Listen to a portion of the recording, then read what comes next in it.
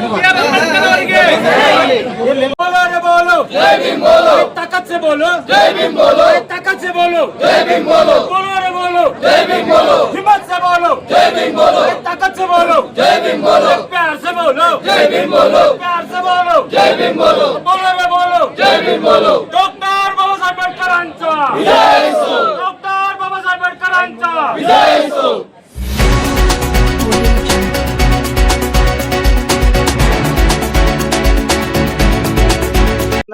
Doctor Baba Saheb Ambedkar ಅವರ 135ನೇ ಜಯಂತಿ ಉತ್ಸವವನ್ನು ಬೆಳಗಾವಿಯಲ್ಲಿ ಅತ್ಯಂತ ಅರ್ಥಪೂರ್ಣವಾಗಿ ಅದ್ದೂರಿಯಾಗಿ ಆಚರಿಸಲಾಗುತ್ತದೆ. ಇದೀಗ ನಾನು ನಮ್ಮ ಬೆಳಗಾವಿ ಶಹರದ ಕೇಂದ್ರ ಬಿಂದು ಪುರಾತನದಿಂದಲೂ ಡಾಕ್ಟರ್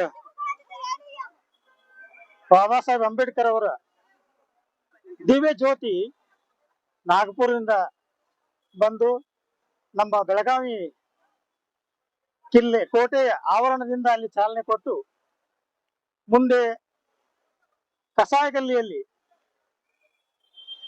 ನಮ್ಮ ಅನೇಕ ಸಮಾಜ ಬಾಂಧವರು ಒಡಗೂಡಿ ಇಲ್ಲೇನು ಅಂಬೇಡ್ಕರ್ ಡಾಕ್ಟರ್ ಬಾಬಾ ಸಾಹೇಬ್ ಅಂಬೇಡ್ಕರ್ ಅವರ ಏನು ಉದ್ಯಾನವನದಲ್ಲಿ ಏನು ಜಯಂತಿ ಉತ್ಸವ ಕಾರ್ಯಕ್ರಮ ಮಾಡುವುದಕ್ಕಿಂತ ಮುಂಚಿತವಾಗಿ ಅಲ್ಲಿ ದಿವ್ಯ ಜ್ಯೋತಿಯನ್ನ ಸ್ವಾಗತಿಸಿ ಅಲ್ಲಿ ಕಾರ್ಯಕ್ರಮವನ್ನ ಅತ್ಯಂತ ಒಂದು ಅರ್ಥಪೂರ್ಣವಾಗಿ ಆಚರಿಸಿಕೊಂಡು ಇದೀಗ ನಾನು ಡಾಕ್ಟರ್ ಬಾಬಾ ಸಾಹೇಬ್ ಅಂಬೇಡ್ಕರ್ ಉದ್ಯಾನದಲ್ಲಿ ಅದ್ದೂರಿಯಾಗಿ ಆಚರಿಸತಕ್ಕಂತ 135ನೇ ಜಯಂತ್ಯುತ್ಸವ ಕಾರ್ಯಕ್ರಮದಲ್ಲಿ ಭಾಗವಹಿಸುತ್ತಿದ್ದೇನೆ. ಇದು ಅತ್ಯಂತ ಒಂದು ಸ್ಮರಣೆ ಹಿಂದೆ ಆಚರಿಸತಕ್ಕಂತ ಜಯಂತ್ಯುತ್ಸವ ಒಂದು ವಿಭಿನ್ನವಾದ ರೀತಿಯಲ್ಲಿ ಆಚರಿಸ್ತಾ ಇದ್ದೇವೆ. ಇದು ನಮ್ಮ ಇಡೀ ರಾಜ್ಯಕ್ಕೆ ಇಡೀ ದೇಶಕ್ಕೆ ಒಂದು ಹೆಮ್ಮೆ ತರುವಂತಹ ಸಂಗತಿಯಾಗಿದೆ. ಡಾಕ್ಟರ್ ಬಾಬಾ ಸಾಹೇಬ್ ಅಂಬೇಡ್ಕರ್ ಅವರನ್ನ ಸಂವಿಧಾನ ಶಿಲ್ಪಿ ಅಂತ ಇಡೀ ವಿಶ್ವವೇ ಅವರನ್ನ ಹಾಡಿ ಹೊಗಳ್ತಾ ಇದೆ. ಅಂತ ಒಂದು ಸಂವಿಧಾನ ಕೊಟ್ಟಂತ ಡಾಕ್ಟರ್ ಬಾಬಾ ಸಾಹೇಬ್ ಅಂಬೇಡ್ಕರ್ ಅವರು ಇನ್ನೊಂದು ವಿಶ್ವದ ಗಮನವನ್ನೇ ಸೆಳೆತ ಒಂದು ಅತ್ಯಂತ ಮಹತ್ವಪೂರ್ಣವಾದ ಅಥವಾ ಈ ಪ್ರಪಂಚದಲ್ಲಿ ವಿಶ್ವದಲ್ಲಿ ಬೆನ್ನೆಲುಬಾಗಿರ್ತಕ್ಕಂಥ ಒಂದು ಮಹತ್ವದ ಸಂಗತಿ ಅಂದ್ರೆ ಆರ್ಥಿಕ ವಿಷಯ. ಪ್ರಾಚೀನ ಭಾರತದ ಒಂದು ಹಣಕಾಸಿನ ವ್ಯವಸ್ಥೆಯನ್ನೇ ಡಾಕ್ಟರ್ ಬಾಬಾ ಸಾಹೇಬ್ ಅಂಬೇಡ್ಕರ್ ಅವರು 1915 ಬ್ರಿಟಿಷ್ ಸರ್ಕಾರದಲ್ಲಿ ಅವರು ಮಂಡಿಸಿದ್ರು. ಅವರ ತತ್ವ, ಅವರ ಹಣಕಾಸಿನ ನೀತಿ ರೂಪುರೇಷೆಗಳು ಬಹುಶಃ ವಿಶ್ವದಲ್ಲೇ ಮಾದರಿ ಅಂತ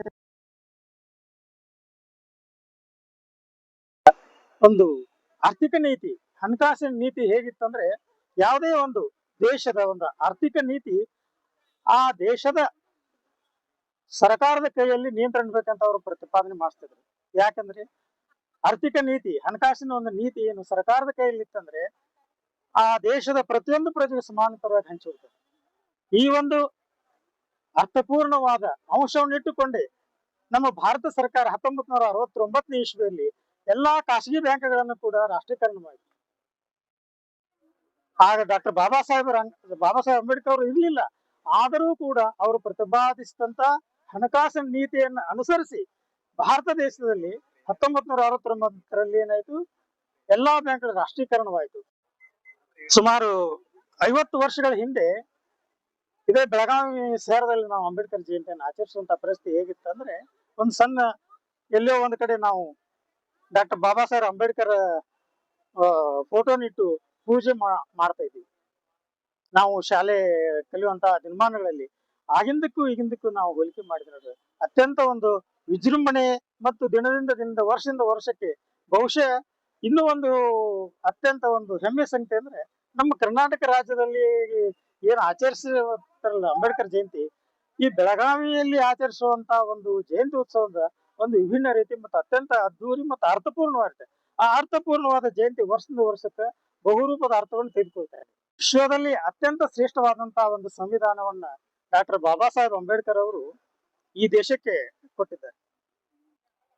ಈ ದೇಶದಲ್ಲಿ ಪ್ರತಿಯೊಬ್ಬ ಪ್ರಜೆ, ಪ್ರತಿಯೊಬ್ಬ ವಿದ್ಯಾರ್ಥಿ, ಪ್ರತಿಯೊಬ್ಬ ವ್ಯಕ್ತಿ ಡಾಕ್ಟರ್ ಬಾಬಾ ಸಾಹೇಬ್ ಅಂಬೇಡ್ಕರ್ ಬರೆದಂತ ಒಂದು ಸಂವಿಧಾನವನ್ನು ಓದಿ ಅದನ್ನ ಅರ್ಥಪೂರ್ಣವಾಗಿ ತಮ್ಮ ಜೀವನದಲ್ಲಿ ಅಳವಡಿಸಿಕೊಂಡಿದ್ದೇ ಆದರೆ ಬಹುಶಃ ವಿಶ್ವದಲ್ಲಿ ಆರ್ಥಿಕವಾಗಿ, ಸಾಮಾಜಿಕವಾಗಿ, ರಾಜಕೀಯವಾಗಿ ಪ್ರತಿಯೊಂದು ಹಂತದಲ್ಲಿ ನಮ್ಮ ದೇಶ ನಂಬರ್ 1 ಅಂತ ಆಗ್ಲಿಕ್ಕೆ ಸಂಶಯ ಇಲ್ಲ ಅಂತ ಹೇಳಲಿಕ್ಕೆ ಇಚ್ಛೆ ಪಡ್ತೇನೆ.